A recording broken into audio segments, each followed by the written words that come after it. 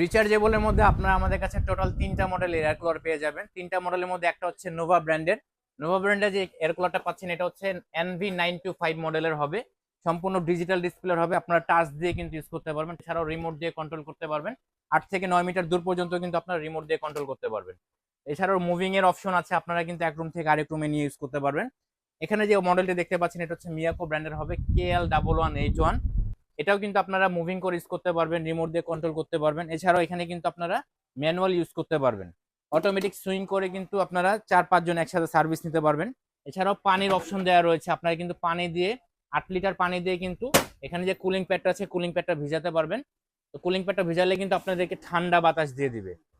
এখানে যে মডেলটি দেখতে পাচ্ছেন এটা হচ্ছে মিয়াকোর একবার আপডেট মডেল ২০২৫ সালের। এরপরে কিন্তু মিয়াকোর কোনো মডেল আসে নাই। এটা কিন্তু আপনারা এখানে দুইটা লাইট পেয়ে যাচ্ছেন। একটা হচ্ছে নাইট মোড, একটা হচ্ছে ওয়ার্ম মোডে পেয়ে যাচ্ছেন।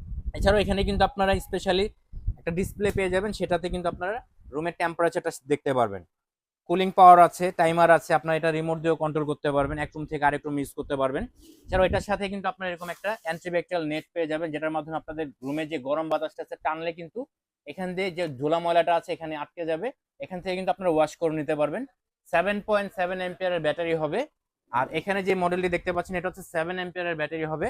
আর নোভা যে মডেলটা দেখতে পাচ্ছেন এটা হচ্ছে 4.5 এম্পিয়ারের হবে।